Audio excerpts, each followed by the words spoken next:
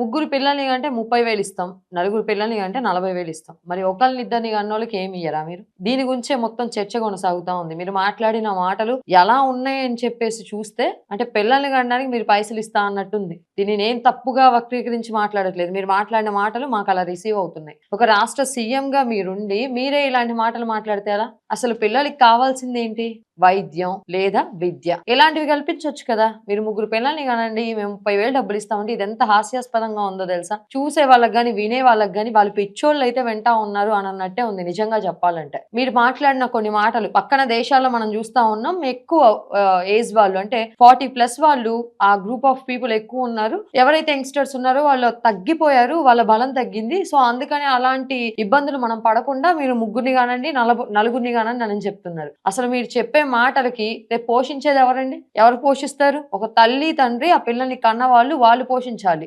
కూలీ నాలి చేసుకుని బతికించుకోవాలి. పోని ఇవన్నీ తీసి ఒక పక్కన పెడితే ఏమన్నా ప్రభుత్వాలు ఏమన్నా చక్కగా పిల్లలకి చదువులు చెప్తున్నాయా? వాళ్ళ ఆరోగ్యానికి సంబంధించి ఏమన్నా హెల్ప్లు చేస్తున్నాయా? ఇలా పిల్లాడు పుట్టడం కాదు, పిల్ల పుట్టడమే కాదు, వాళ్ళు పుట్టిన తర్వాత వాళ్ళకి వేసే మందుల దగ్గర నుంచి, డైపర్ల దగ్గర నుంచి, వాళ్ళు చదివే చదువుల దగ్గర నుంచి, వాళ్ళకి పెట్టే ఫుడ్ దగ్గర నుంచి ప్రతి ఒక్కటి కొనాల్సి వస్తుంది. అదే తాగే మంచి నీటితో సహా కొంటా ఉన్నారు బాటిల్స్ లాగా పిల్లలకి. అటువంటి ఇబ్బందులు పడతా ఉన్నారు. అదే తుమ్మితే హాస్పిటల్కి, దగ్గితే హాస్పిటల్కి, చూస్తే ఫిట్స్లు అయిన తర్వాత మళ్ళీ జ్వరాలు, ఈ విధంగా అసలు పిల్లలకి వచ్చేటటువంటి అసలు ఆ హెల్త్ ఇష్యూస్ ఏంటంటే ఒకసారి హాస్పిటల్స్కి వెళ్ళి చూడండి. చెప్పినంత ఈజీ కాదు. మీరు మాట్లాడిన మాటలు కొంచెం ఆలోచించి మాట్లాడితే బాగుంటది. మీరు కూటమి ప్రభుత్వంలో ఉన్నాం కదా అని చెప్పేసి మోదీ గారిని సపోర్ట్ చేయడానికి డీలిమిటేషన్ ఏదైతే జరిగిందో అలాంటప్పుడు గినక ఎక్కడ సౌత్ స్టేట్స్ ఇబ్బందులు ఎదుర్కోవాల్సి వస్తుంది అని చెప్పేసి మీరు మాట్లాడిన మాటలు ఏవైతే ఉన్నాయో అలానే మాట్లాడినట్లుంది. ఒకవైపు చూస్తేనేమో డీలిమిటేషన్ కి మేము సపోర్ట్ తెలుపుతా ఉన్నాం అని చెప్పేసి చెప్తారు. ఇప్పుడు చూస్తేనేమో రేపటి రోజున మళ్ళా మనం బలం తగ్గిపోయింది, సౌత్ స్టేట్స్ లో మన ఏపీ బలం తగ్గిపోయింది, సో అందుకని మీరు పిల్లల్ని కనమని చెప్తా ఉన్నారు. ఈ మాట సూటిగా అడుగుతున్నా నేను మిమ్మల్ని, ఒక మహిళగా అడుగుతున్నా. రేపటి రోజున నేను కూడా పెళ్లి చేసుకున్నప్పుడు ఇంకా పిల్లల్ని కనాలి ఆ థాట్ లో ఉన్నప్పుడు నేను అడుగుతున్నా, నేను ఎందుకు ముగ్గురు పిల్లల్ని కనాలండి?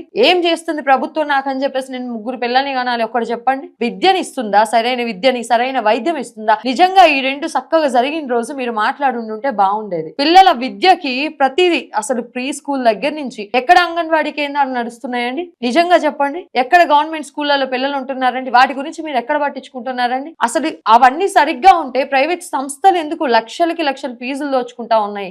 నారాయణ, శ్రీ చైతన్య వీటన్నిటికీ అవకాశం కల్పిస్తుంది ఎవరు?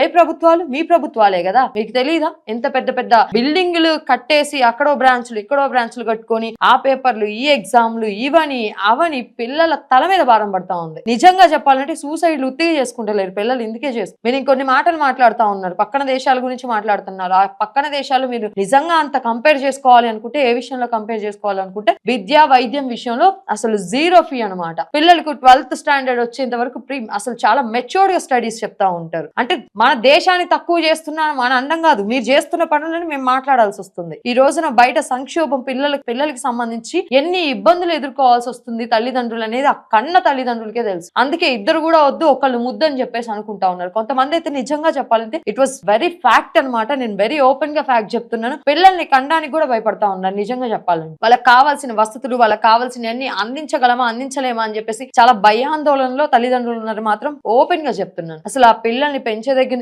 ఎక్కడ దాకా ఎందుకండి. ఇంకొక టాపిక్ మనం తీసుకున్నట్లయితే నీట్ ఎగ్జామ్ కి సంబంధించి పేపర్ లీక్లు అయినాయి. పిల్లలు చదివి అక్కడ దాకా వచ్చి చాలా మంది సూసైడ్స్ కూడా చేసుకున్నారట. అక్కడ దాకా వచ్చి మీరు అంటే మీరంటే మీరు కాదు, ప్రభుత్వాలలో చేసేటటువంటి ఈ లీకేజ్లు ఏవైతే ఉన్నాయో వాటికి సంబంధించి పిల్లలు సూసైడ్లు చేసుకుంటా ఉన్నారు. ఇక్కడ కరెక్ట్ గా క్వాలిటీ ఎడ్యుకేషన్ ఉంది? ఒకసారి చెప్పండి, ఎక్కడుంది క్వాలిటీ ఎడ్యుకేషన్? ఇన్ని పుస్తకాలు పడేస్తున్నారండి పిల్లలకి కావాల్సిన పుస్తకాల? నిజంగా చెప్పండి, పిల్లలకి నేర్పించాల్సింది ఏంటి? వేరే కంట్రీస్ గురించి మీరు మాట్లాడుతున్నారు, పిల్లలకి ఏం నేర్పించాలి? ఇంత పుస్తకాలు ఇంత చదువులు కాదు. ఫస్ట్ మీరు నేర్పించాల్సింది ఒక పిల్లవాడికి what is right, what is wrong, what is a good way, what is a bad way.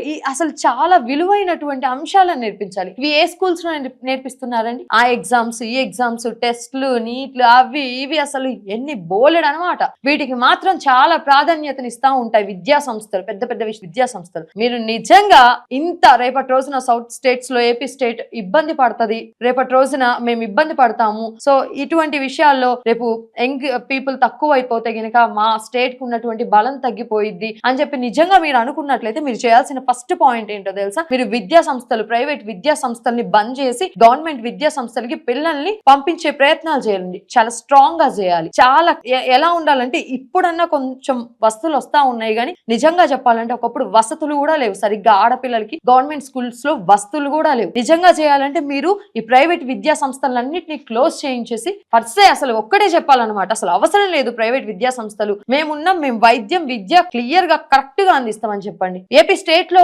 చేయండి ఫస్ట్. మీరు ఇనిషియేషన్ తీసుకొని చేయండి. కూటమి ప్రభుత్వంలో ఉంది మీరే కదా, మీరు ఇనిషియేషన్ తీసుకొని చేయండి. చెప్పండి మోదీ గారికి ప్రతిపాదన చేయండి, మేము మా స్టేట్ లో మేము ఇలా చేసుకోవాలనుకుంటున్నాం, కూటమి ప్రభుత్వంలో మేము బాగా ఉన్నాం కాబట్టి మేము ఈ ప్రైవేట్ సంస్థల్ని తీసేద్దాం అనుకుంటున్నాం అని చెప్పేసి ఆ పెద్ద పెద్ద సంస్థల్ని లేకుండా చేయండి. ప్రతి దానికి మీరే ఏర్పాటు చేయండి. ప్రతి ఎడ్యుకేషన్ కి సంబంధించి ఏదైనా, అది ఏఐ అయినా ఏదైనా కానీ, ఇప్పుడు మనం మాట్లాడుకుంటే తమిళనాడులో ఫ్రీ ఏఐ సెంటర్ ని మొత్తం యువత కోసం, ఉద్యోగాల కోసం పూర్తిగా ఏఐ లో అన్ని టర్మ్స్ ఆఫ్ ఎడ్యుకేషన్స్ కి సంబంధించి ప్రతి సెక్టార్ ని పెట్టేసి టీవీకే విజయ్ గారు ప్లానింగ్ చేస్తా ఉన్నారు. మరి మీరు ఎందుకు చేయలేకపోతా ఉన్నారు? అసలు ఏ డిపార్ట్మెంట్ 100% కరెక్ట్ గా ఉంది? ఎడ్యుకేషన్ డిపార్ట్మెంట్ కరెక్ట్ గా ఉందా, లేదంటే వైద్యానికి సంబంధించినటువంటి డిపార్ట్మెంట్ కరెక్ట్ గా ఉందా, లేదంటే రైతులకు సంబంధించినటువంటి ఆ డిపార్ట్మెంట్ కరెక్ట్ గా ఉంది? ఎక్కడ కరెక్ట్ గా ఉంది? రైతులేమో వాళ్ళ ప్రాణాలు తీసుకుంటా ఉన్నారు, విద్యార్థులేమో వాళ్ళ నెత్తిన పడేటటువంటి భారాలు, ఆ తల్లిదండ్రుల నెత్తిన పడేటటువంటి లక్షల రూపాయల భారాలు, వీటితోనే నలిగిపోతా ఉన్నారు చంద్రబాబు నాయుడు గారు. ఇలాంటి స్టేట్మెంట్లు పాస్ చేసేటప్పుడు కొంచెం ఆలోచించుకొని పాస్ చేయండి. మీరు చాలా సీనియర్ మోస్ట్ పొలిటీషియన్, చాలా చాలా తెలివైనటువంటి వ్యక్తి, మీరు చాలా డెవలప్మెంట్ పరంగా చాలా నాలెడ్జ్డ్ పీపుల్ అని చెప్పేసి అందరూ చెప్తా ఉంటారు. బట్ ఇలాంటి స్టేట్మెంట్లు పాస్ చేసేటప్పుడు మరొక్కసారి ఆలోచించుకొని చేస్తే బాగుంటుందని మిమ్మల్ని వేడుకుంటున్నాం.